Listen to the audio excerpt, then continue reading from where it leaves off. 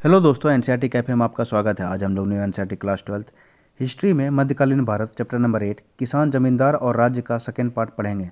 अगर आप लोग पहला पार्ट नहीं देखे हैं तो कृपया करके वो देख ले, तब ज़्यादा समझ में आएगा। आइए इंपॉर्टेंट पॉइंट्स को डिस्कस करते हैं। जमींदार।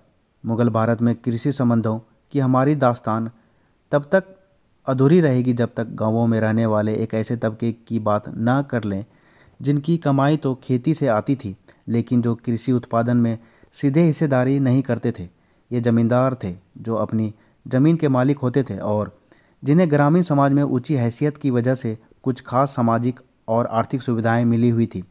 जमींदारों की बढ़ी हुई हैसियत के पीछे एक कारण जाति था। दूसरा कारण यह था कि वे लोग राज्य को कुछ खास किस्म के सेवाएं खिदमत करते थे। खिदमत हो गया आपका फारसी शब्द हो गया खिदमत। खिदमत मतलब सेवाएं। जमींदारों की समृद्धि की वजह थी उनकी विस्तृत व्यक्तिगत जमीन। इन्हें मलकियत कहते थे। व्यक्तिगत जमीन को मिल्कियत, ये इंपॉर्टेंट है, यानी संपत्ति।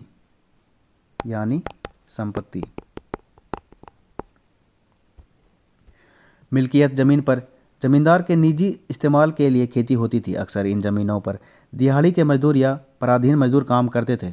जमींदार अपनी मर्जी के मुताबिक इन जमीनों को बेच सकते थे, किसी और के नाम कर सकते थे और उन्हें गिरवी भी रख सकते थे। जमींदारों की ताकत इस बात से भी आती थी कि वे अक्सर राज्य की ओर से कर वसूल करते थे। इसके बदले उन्हें वित्तीय मुआवजा मिलता था। राज्य का मतलब सरकार। सैनिक संसाधन उनकी ताकत का एक और जरिया था। ज़्यादातर जमींदारों के पास अपने किले भी थे और अपनी सैनिक टुकड़ियां भी, जिसमें घुड़सवारों, तोपखानों और पैदल सिपाहियों के जत्थे होते थे। इस तरह अगर हम मुगलकालीन गांवों में सामाजिक संबंधों की कल्पना एक पिरामिड के रूप में करें तो जमींदार इसके संकरे शीर्ष का हिस्सा थे। अबुल फजल इस ओर इशारा करता है कि ऊंची जाति के ब्राह्मण राजपूत गठबंधन ने ग्रामीण समाज पर पहले ही अपना ठोस नियंत्रण बना रखा था। इसमें तथाकथित मध्यम जातियों की भी खासी नुमाइंदगी थी, जैसा कि हमने पहले देखा है कि, और इसी तरह कई मुसलमान जमींदारों को भी। समसामयिक दस्तावेजों से ऐसा लगता है कि जंग में जीत जमींदारों की उत्पत्ति का संभावित स्रोत रहा होगा। अक्सर जमींदारी फैलाने का एक तरीका था ताकतवर सैनिक सरदारों द्वारा कमज़ोर लोगों को बेदखल करना, मगर इसकी संभावना कम ही है कि किसी जमींदार को इतने आक्रामक रुख की इजाज़त राज्य देता तो जब तक कि एक राज्य देश सनद के जरिए इसकी पुष्टि पहले ही नहीं कर दी गई हो। इससे भी महत्वपूर्ण थी जमींदारों को पुख्ता करने की धीमी प्रक्रिया। शर्तों से इसके दस्तावेज भी शामिल है। ये कई तरीके से किया जा सकता था। नई ज़मीनों को बसाकर, जंगलबारी, अधिकारों के हस्तांतरण के जरिए, राज्य के आदेश से, या फिर खरीद कर। यही वे प्रक्रियाएं थीं जिनके जरिए अपेक्षाकृत निचली जातियों के लोग भी जमींदारों के दर्जे में दाखिल हो सकते थे, क्योंकि इस काल में जमींदारी धड़ल्ले से खरीदी और बेची जाती थी। एक समानांतर सैनिक बल। आइन के मुताबिक मुगल भारत में जमींदारों की मिलीजुली सैनिक शक्ति इस प्रकार थी: 3,84,558 घुड़सवार,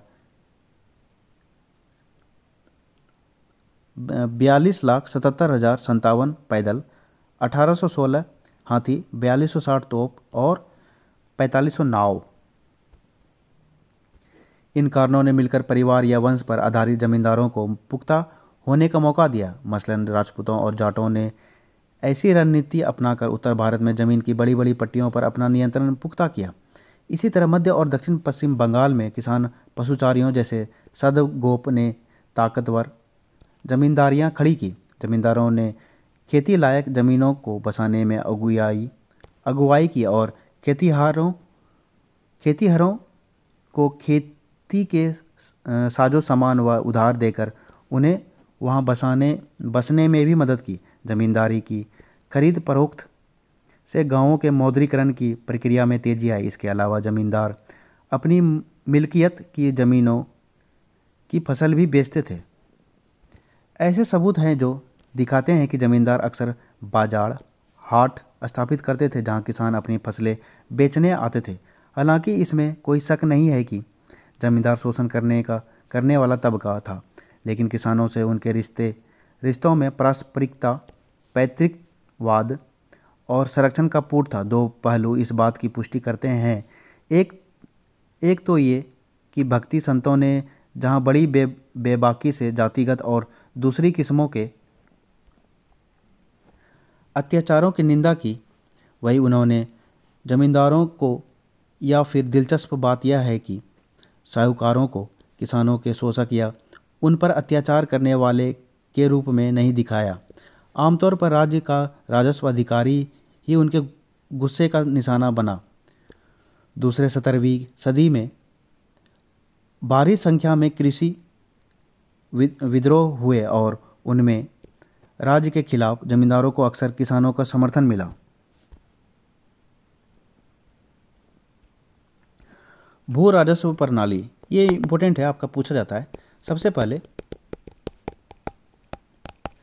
सबसे पहले शेरशाह द्वारा लाया गया, शेरशाह द्वारा लागू किया गया था। फिर अकबर द्वारा भू राजस्व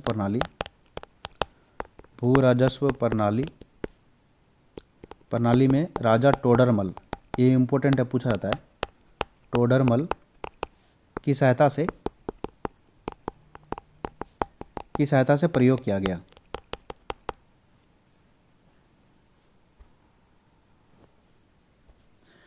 जमीन से मिलने वाला राजस्व मुगल साम्राज्य की आर्थिक बुनियादी थी। इस कारण से कृषि उत्पादन पर नियंत्रण रखने के लिए और तेजी से फैलते साम्राज्य के तमाम इलाकों में राजस्व आकलन व वसूली के लिए यह जरूरी था कि राज्य की प्रशासनिक तंत्र खड़ा करे। दीवान, जिसके दफ्तर पर पूरे राज्य की वित्तीय व्यवस्था के देखरेख की जिम्मेदारी थी। दीवान हो गया आपका वित्तीय व्यवस्था का देखरेख करता था दीवान, इस तंत्र में शामिल था। इस तरह हिसाब रखने वाले और राजस्व अधिकारी खेती की दुनिया में दाखिल हुए और कृषि संबंधों को शक्ल देने में एक निर्णायक ताकत के रूप में उभरे।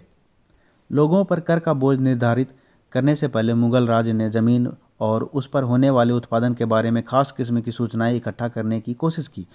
भू राजस्व के इंतजामात में 2 चरण थे। पहला कर निर्धारण और दूसरा वास्तविक वसूली।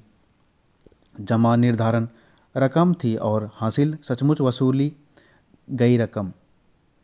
यह आपका पूछा गया है एसएससी 2022 में क्या सवाल था?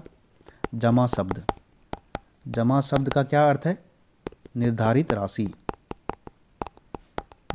राशि, ये इंपॉर्टेंट हो गया। और हासिल सचमुच वसूली की गई रकम। अमील गुजार या राजस्व वसूली करने वाले के कामों की सूची में अकबर ने यह हुक्म दिया कि जहां उसे अमील गुजार को कोशिश करनी चाहिए कि खेतीहर नकद भुगतान करे, वही फसलों में भुगतान का विकल्प भी खुला रहे। राजस्व निर्धारित करते समय राज्य अपना हिस्सा ज़्यादा से ज़्यादा रखने की कोशिश करता था, मगर स्थानीय हालात की वजह से कभी कभी सचमुच में इतनी वसूली कर पाना संभव नहीं हो पाता था। अकबर अधिकतर नकद में कर लेना पसंद करता था।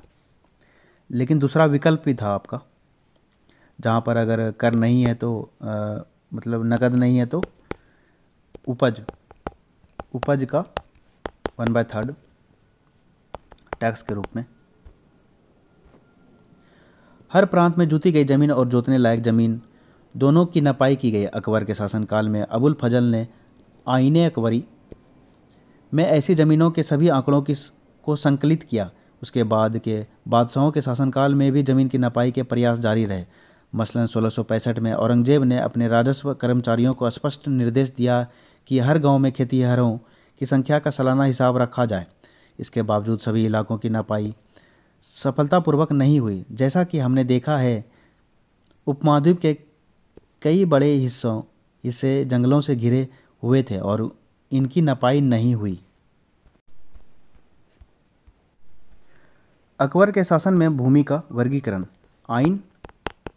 आइन ए अकबरी है, किसके द्वारा लिखा गया है? अबुल फजल। ये बहुत बार एग्जाम में पूछा गया है। अकबर बादशाह ने अपनी गहरी दूरदर्शिता के साथ ज़मीनों का वर्गीकरण किया और हर एक वर्ग की ज़मीन के लिए अलग अलग राजस्व निर्धारित किया। पोलज वह ज़मीन है जिसमें एक के बाद एक हर फसल की सालाना खेती होती है। ये आपका इम्पोर्टेंट हो गया। एक साल में एक बार, हर एक साल में किया जाने वाला खेती, और जिसे कभी खाली नहीं छोड़ा जाता है। परौती वह ज़मीन है जिस पर कुछ दिनों के लिए खेती रोक दी जाती है ताकि वह अपनी खोई ताकत वापस आ सके। चचर वह ज़मीन है जो 3 या 4 वर्षों तक खाली रहती है। ये पूछा गया प्रश्न है चचर। बंजर वह ज़मीन है जिस पर 5 या उससे ज़्यादा वर्षों से खेती नहीं की गई हो।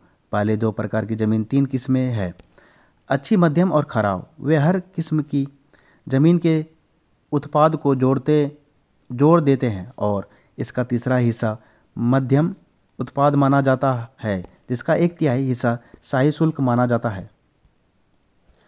अमीन एक मुलाजिम था जिसकी जिम्मेदारी यह सुनिश्चित करना था कि प्रांतों में राजकीय नियम कानून का पालन हो रहा है। नियम कानून मतलब अमीन हो गया।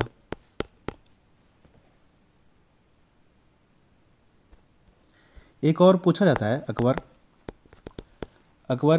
अकबर के समय कितने प्रांत में बांटा था? ये 12 प्रांत में, 12 प्रांतों में ये बांटा हुआ था।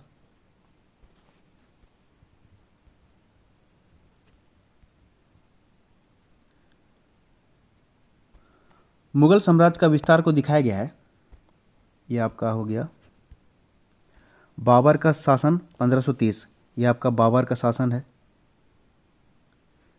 ये आपका यहाँ से लेकर के बाबर का शासन है। ये काबुल हो गया, लाहौर हो गया, पानीपत, दिल्ली, आगरा हो गया। और आपका अकबर का शासन, अकबर का आपका ये हो गया, ये वाला पार्ट, आमेर, अजमेर आपका राजस्थान। ये आपका पटना हो गया, रोहतास हो गया। और औरंगजेब का शासनकाल हो गया आपका ये, औरंगजेब का शासनकाल में बाबर का बेटा कौन आया? हुमायूं का बेटा अकबर, अकबर का बेटा जहांगीर, जहांगीर का बेटा शाहजहां, शाहजहां का बेटा औरंगजेब। औरंगजेब की मृत्यु 1707 में हुआ था। ये पूछा गया प्रश्न है। मनसबदारी व्यवस्था एक तरह का ये सैनिक व्यवस्था है। किसके द्वारा शुरुआत हुआ था? अकबर के द्वारा। मुगल प्रशासनिक व्यवस्था के शीर्ष पर एक सैनिक नौकरशाह तंत्र मनसबदारी था, जिस पर राज्य के सैनिक व नागरिक मामलों की जिम्मेदारी थी। कुछ मनसबदारों को नकदी भुगतान किया जाता था, जबकि उनमें से ज़्यादातर को साम्राज्य के अलग अलग हिस्सों में राजस्व के आवंटन के जरिए भुगतान किया जाता था। समय समय पर उनका तबादला किया जाता था।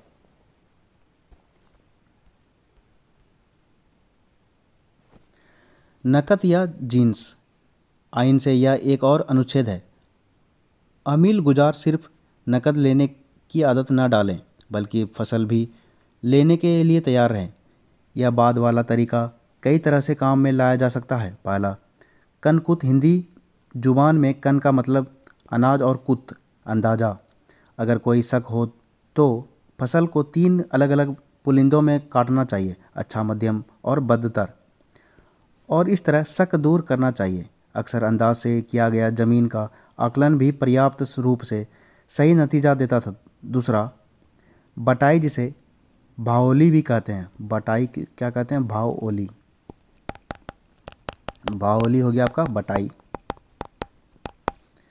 ये सब शब्दावली इंपॉर्टेंट है, क्वेश्चन यहीं से पूछा जाता है। फसल काट कर जमा कर लेते थे और फिर सभी पक्षों की मौजूदगी व रजामंदी में बंटवारा करते थे, लेकिन इसमें कई समझदार निरीक्षकों की जरूरत पड़ती थी, वरना दुष्ट बुद्धि और मक्कार धोखेबाजी की नीयत रखते हैं। तीसरे, खेत बटाई, जब वे बीज बोने के बाद खेत बांट लेते हैं।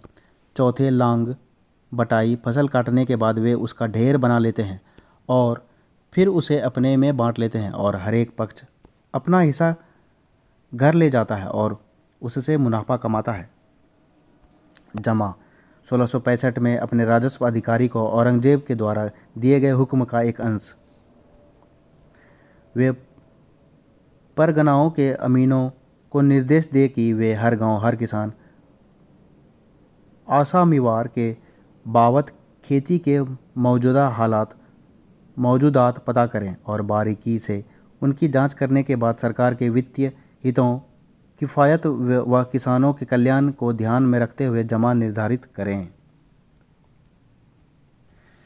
चांदी का बहाव, मुगल साम्राज्य एशिया के उन बड़े साम्राज्यों में एक था जो 16वीं व 17वीं सदी में सत्ता और संसाधनों पर अपनी पकड़ मजबूत बनाने में कामयाब रहे। ये साम्राज्य थे मिंग चीन में, सफावी ईरान में और ऑटोमन तुर्की में। इन साम्राज्यों की राजनीतिक स्थिरता ने चीन से लेकर भूमध्य सागर तक जमीनी व्यापार का जीवंत जाल बिछाने में मदद की। खोजी यात्राओं से और नई दुनिया के खुलने से यूरोप के साथ एशिया के खास कर व्यापार में भारी विस्तार हुआ। नई दुनिया आपका हो गया यूएसए, अमेरिका। इस वजह से भारत के समुद्र पार व्यापार में एक और भौगोलिक विविधता आई, तो दूसरी ओर कई नई वस्तुओं का व्यापार भी शुरू हो गया। लगातार बढ़ते व्यापार के साथ भारत से निर्यात होने वाली वस्तुओं का भुगतान करने के लिए एशिया में भारी मात्रा में चांदी आई। यह आपको दिखाया गया है अकबर द्वारा जारी किए गए चांदी के रुपये।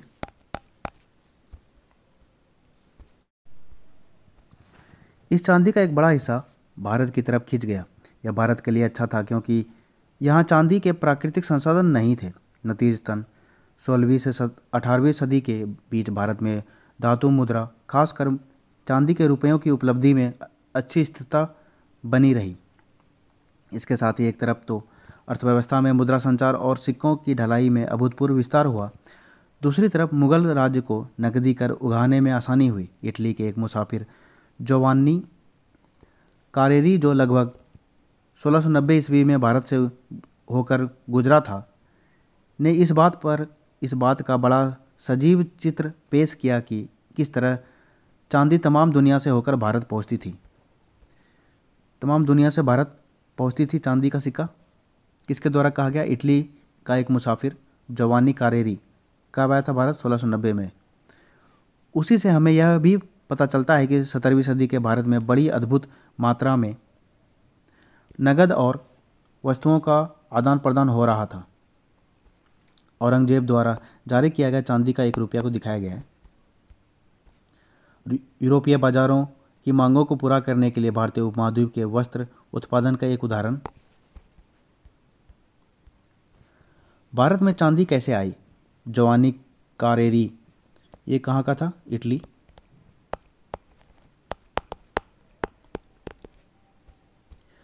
जोवान्नी कारेरी के लेख बर्नियर के लेख पर आधारित के निम्नलिखित अंश से हमें पता चलता है कि मुगल साम्राज्य में कितनी भारी मात्रा में बाहर से धन आ रहा था।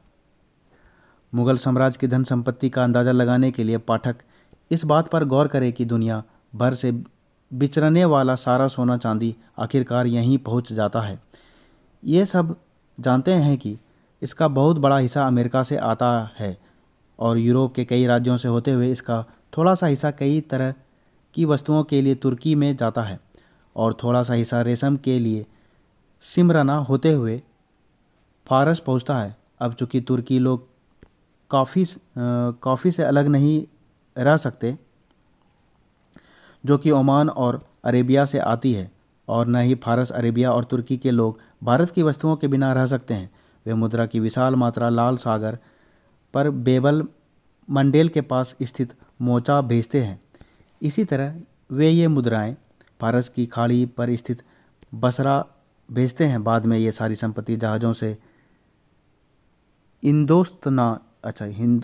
हिंदुस्तान भेज दी जाती है।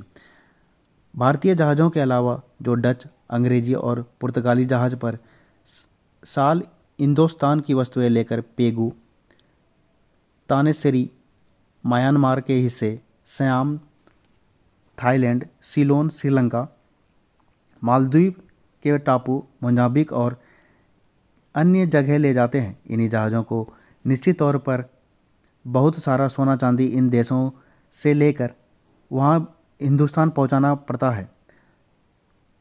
वो सब कुछ जो डच लोग जापान की खानों से हासिल करते हैं, देर सवेर हिंदुस्तान को चला जाता है और यहाँ से यूरोप को जाने वाली सारी वस्तुएं, जहाँ वो फ्रांस जाए या इंग्लैंड या पुर्तगाल, सभी नकद में खरीदी जाती है। जो नकद वही हिंदुस्तान में रह जाता है। अबुल फजल की आईने अकबरी। आईने अकबरी आंकड़ों के वर्गीकरण के एक बहुत बड़े ऐतिहासिक और प्रशासनिक परियोजना का नतीजा थी, जिसका जिम्मा बादशाह अकबर के हुक्म पर अबुल फजल ने उठाया था। अकबर के शासन के 42वें वर्ष 1598 में 5 संशोधनों के बाद इसे पूरा किया गया। कितने संशोधन? 5। आईन इतिहास लिखने के एक ऐसे बेहतर परियोजना का हिस्सा थी जिसकी पहल अकबर ने की थी। इसकी परियोजना का परिणाम अकबरनामा से 3 जिल्दों में रचा गया। पहली 2 जिल्दों ने ऐतिहासिक दास्तान पेश की। इन हिस्सों पर हम अध्याय 9 में ज़्यादा करीबी से नज़र डालेंगे। तीसरी जिल्द आईने अकबरी, जो शाही नियम कानून के सारांश और साम्राज्य के एक राजपत्र की सूरत में संकलित किया गया था।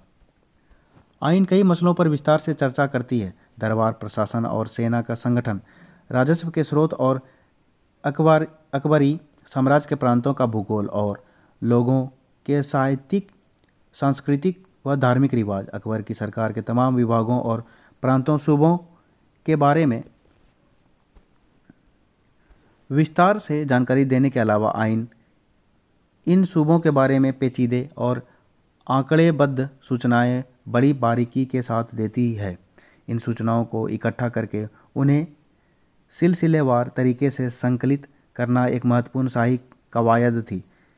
इसने बादशाह को साम्राज्य के तमाम इलाकों में प्रचलित रिवाजों और पेशों की जानकारी दी। इस तरह हमारे लिए आइन अकबर के शासन के दौरान मुगल साम्राज्य के बारे में सूचनाओं की खान है। फिर भी यह ध्यान रखना महत्वपूर्ण है कि आइन का नज़रिया क्षेत्रों के बारे में केंद्र का नज़रिया, या यूँ कहे कि समाज के शीर्ष से देखी हुई समाज की तस्वीर। आइन 5 भागों दफ्तर का संकलन है, जिसके पहले 3 भाग प्रशासन का विवरण देते हैं। मंजिल आबादी के नाम से पहली किताब शाही घर परिवार और उसके रखरखाव से ताल्लुक़ रखती है। दूसरा भाग सिपह आबादी, सैनिक व नागरिक प्रशासन और नौकरों की व्यवस्था के बारे में है। इस भाग में शाही अफसरों, मनसबदार, विद्वानों, कवियों और कलाकारों की संक्षिप्त जीवनियाँ शामिल है। तीसरी मुल्क आबादी वह भाग है जो साम्राज्य व प्रांतों के वित्तीय पहलुओं तथा राजस्व की दरों के आंकड़ों की विस्तृत जानकारी देने के बाद 12 प्रांतों का बयान देता है। इस खंड में सांख्यिकी सूचनाएं तफसील से दी गई है, जिसमें सूबों और उनकी तमाम प्रशासनिक व वित्तीय इकाइयों, सरकार, परगना और महल के भौगोलिक, स्थलाकृतिक और आर्थिक रेखाचित्र भी शामिल है। इसी खंड में हर प्रांत और उसकी अलग अलग इकाइयों की कुल मापी गई जमीन और निर्धारित राजस्व जमा भी दी गई है। सूबा स्तर की विस्तृत जानकारी देने के बाद आइन हमें सूबों के नीचे की इकाई सरकारों के बारे में विस्तार से बताती है। ये सूचनाएं तालिकाबद्ध तरीके से दी गई है, जहां हर तालिका में 8 खाने हैं जो हमें निम्नलिखित सूचनाएं देते हैं: परगनात, महल, किला, अराजी और ज़मीन ए पाईमुद न मापे गए इलाके,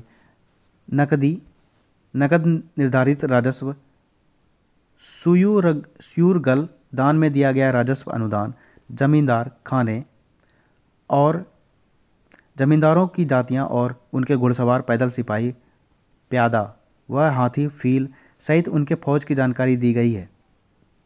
मुल्क आबादी, उत्तर भारत के कृषि समाज का विस्तृत, आकर्षक व पेचीदा चित्र पेश करती है। चौथी और पांचवी किताबें दफ्तर भारत के लोगों के मजहबी, साहित्यिक और सांस्कृतिक रीति रिवाजों से ताल्लुक़ रखती है। इनके आखिर में अकबर के शुभ वचनों का एक संग्रह भी है।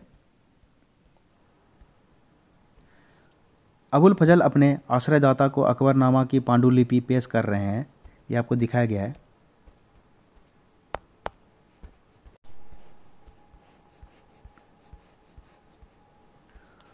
खुशकिस्मती के गुलाब बाग की सिंचाई। नीचे दिए गए अंश में अबुल फजल के बड़े साफ तौर पर खुलासा किया गया है कि उसने कैसे और किनसे अपनी सूचनाएं हासिल की है। अबुल फजल वल्द मुबारक को यह शानदार हुक्म दिया गया, शानदार घटनाओं और राज्य क्षेत्र अधीन करने वाली हमारी फतहों की दास्तान ईमानदारी के कलम से लिखो। तसल्ली से मैंने काफ़ी खोजबीन और मेहनत करके महामहिम की गतिविधियों के सबूत और दस्तावेज इकट्ठे किए और बहुत समय तक राज्य के मुलाजिमों व शाही परिवार के सदस्यों के साथ जवाब तलब किया। मैंने सच बोलने वाले समझदार बुजुर्गों और फुर्तीले दिमाग वाले सत्यकर्मी जवानों दोनों की बातों को परखा और उनके बयानों को लिखित रूप से दर्ज किया। सूबों को शाही हुक्म जारी किया गया कि पुराने मुलाजिमों में जिस किसी को बीते वक्त की घटनाएं याद हों, पूरे विश्वास के साथ या मामूली शक के साथ भी वे अपने संस्मरण को लिखें और उसे दरबार भेज दें। फिर उस पाक मौजूदगी के कक्ष से एक और हुक्म रोशन हुआ, वो ये जो सामग्री जमा की जाए उसे शाही मौजूदगी में पढ़कर सुनाया जाए और बाद में जो कुछ भी लिखा जाना हो उसे उस महान किताब में परिशिष्ट की शक्ल में जोड़ दिया जाए। और ये कि ऐसे ब्यौरे जो जांच पड़ताल की बारीकियों की वजह से या मामले की बारीकियों की वजह से उसी समय अंजाम तक नहीं ला जा सके, उन्हें मैं बाद में दर्ज करूं। ईश्वरीय अध्यादेश का खुलासा करने वाले इस शाही हुक्म की वजह से अपने गुप्त फिक्र से राहत पाकर मैंने ऐसे कच्चे प्रारूप लिखने की शुरुआत की जिसमें शैली या विन्यास की खूबसूरती नहीं थी। मैंने इलाही संवत के 19वीं साल से, जब महामहिम की दानिशमंद अक्ल से दस्तावेज दफ्तर स्थापित किया गया था, घटनाओं का इतिहास वृत्त हासिल किया और उसके भरे पूरे पन्नों से मैंने कई मामलों का ब्यौरा पाया। काफ़ी तकलीफ़ें उठाकर उन हुक्मों की मूल प्रति या नकल हासिल की गई जो राज्याभिषेक से लेकर आज तक सूबों को जारी किए गए। काफ़ी दिक्कतों का सामना करते हुए मैंने उनमें से कई रिपोर्टों का शामिल किया जो साम्राज्य के विभिन्न मामलों या दूसरे देशों में घटी घटनाओं के बारे में थी और जिन्हें ऊंचे अफसरों या और मंत्रियों ने भेजा था। और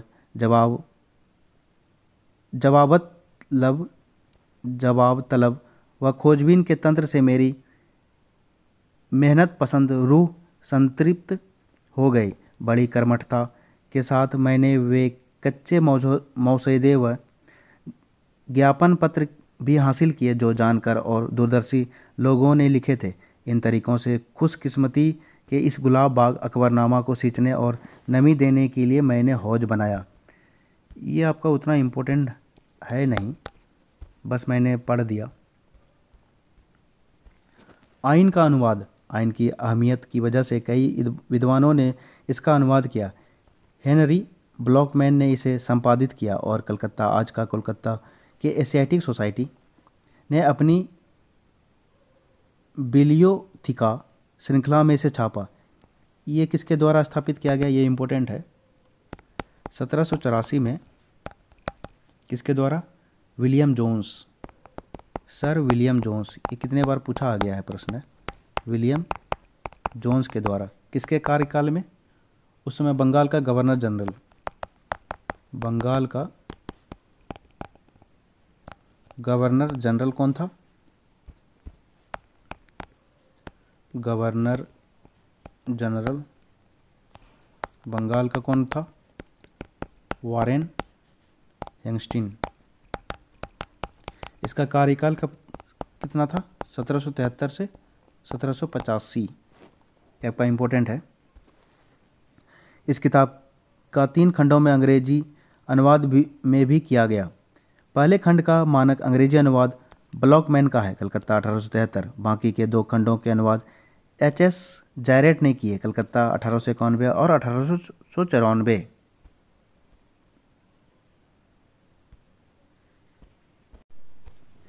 हालांकि बादशाह अकबर के शासन की सहूलियत के लिए आइन को आधिकारिक तौर पर विस्तृत सूचनाएं जमा करने के लिए प्रायोजित किया गया था, फिर भी यह किताब आधिकारिक दस्तावेजों की महज नकल से कहीं बढ़कर थी। हम जानते हैं कि इसकी पांडुलिपि को लेखक द्वारा 5 बार संशोधित किया गया। इससे ऐसा लगता है कि प्रामाणिकता की खोज में अबुल फजल काफ़ी सावधानी बरत रहे थे। उदाहरण के तौर पर मौखिक बयानों को तथ्य के रूप में किताब में शामिल करने से पहले अन्य स्रोतों से उसकी असलियत और सच्चाई की पुष्टि करने की कोशिश की जाती थी। सांख्यिकी वाले खंडों में सभी आंकड़ों को अंकों के साथ शब्दों में भी लिखा गया ताकि बाद की प्रतियों में नकल की गलतियां कम से कम हो। फिर भी इन इतिहासकारों ने ध्यान से आइन का अध्ययन किया। वे बताते हैं कि यह ग्रंथ पूरी तरह समस्याओं से परे नहीं है। जोड़ करने में कई गलतियां पाई गई। ऐसा माना जाता है कि या तो वे अंकगणित की छोटी मोटी चूक है या फिर नकल उतारने के दौरान अबुल फजल के सहयोगियों की भूल। आमतौर पर ये गलतियां मामूली है और एक व्यापक स्तर पर किताबों के आंकड़ों की सच्चाई को कम नहीं करती। आइन की एक और सीमा यह है कि इसके संख्यात्मक आंकड़ों में विषमताएं हैं। सभी सूबों से आंकड़े एक शक्ल में नहीं एकत्रित किए गए। मसलन जहां कई सूबों के लिए जमींदारों की जाति के मुतलिक विस्तृत सूचनाएं संकलित की गई, वहीं बंगाल और उड़ीसा के लिए ऐसी सूचनाएं मौजूद नहीं है। इसी तरह जहां सूबों से लिए गए राजकोषीय आंकड़े बड़ी तफसील से दिए गए हैं, वहीं उन्हीं इलाकों से कीमतों और मजदूरी जैसे इतने महत्वपूर्ण मापदंड इतने अच्छे से दर्ज नहीं किए गए हैं। कीमतों और मजदूरी की दरों को जो विस्तृत सूची आइन में दी भी गई है, वह साम्राज्य की राजधानी आगरा और उसके इर्द गिर्द इलाकों से ली गई है। जाहिर है कि देश के बाकी हिस्सों के लिए इन आंकड़ों की प्रासंगिकता सीमित है। इन सीमाओं के बावजूद आइन अपने समय के लिए एक असामान्य व अनोखा दस्तावेज है। मुगल साम्राज्य के गठन और उसकी संरचना को मंत्रमुग्ध करने वाली झलकियां दिखाकर और उसके बासिंदों व उत्पादों के बारे में सांख्यिकी आंकड़े देकर अबुल फजल मध्यकालीन इतिहासकारों की अब तक प्रचलित परंपराओं से कहीं आगे निकल गए हैं और यह निश्चित तौर पर एक बड़ी उपलब्धि थी। गौरतलब है कि मध्यकालीन भारत में अबुल फजल से पहले इतिहासकार ज़्यादातर राजनीतिक वारदातों के बारे में ही लिखते थे। जंग फतह, सियासी साजिशें या वंशीय उथल पथल, देश उसके लोग या उत्पादों का जिक्र गाहे बगाहे प्रसंगवश ही आता था। वह यह भी एक ऐसे लेख साज सज्जा के रूप से जिसकी दिशा मूलतः राजनीतिक होती थी। भारत के लोगों और मुगल साम्राज्य के बारे में विस्तृत सूचनाएं दर्ज करके आइन ने स्थापित परंपराओं को पीछे छोड़ दिया और इस तरह 17वीं सदी के मुहाने पर भारत के अध्ययन के लिए एक संदर्भ बिंदु बन गया। जहाँ तक कृषि संबंधों का सवाल है, आइन के सांख्यिकी सबूतों की अहमियत चुनौतियों के परे है, लेकिन इससे भी महत्वपूर्ण लोगों, उनके पेशों और व्यवसायों, साम्राज्य की व्यवस्था और उसके उच्चाधिकारियों के बारे में जो सूचनाएं यह ग्रंथ मुहैया कराता है, उनकी मदद से इतिहासकार समकालीन भारत के सामाजिक ताने बाने का इतिहास पुनः रचते हैं। मुगल साम्राज्य के इतिहास के मुख्य पड़ाव, ये इम्पोर्टेंट है। 1526 दिल्ली के सुल्तान इब्राहिम लोदी को पानीपत में हराकर बाबर पहला मुगल बादशाह बना। यह आपका पानीपत का प्रथम युद्ध कब लड़ा गया था? 13 अप्रैल 1526 इब्राहिम लोदी को हराकर 1530 से 40 हुमायूं के शासन का पहला चरण है ये।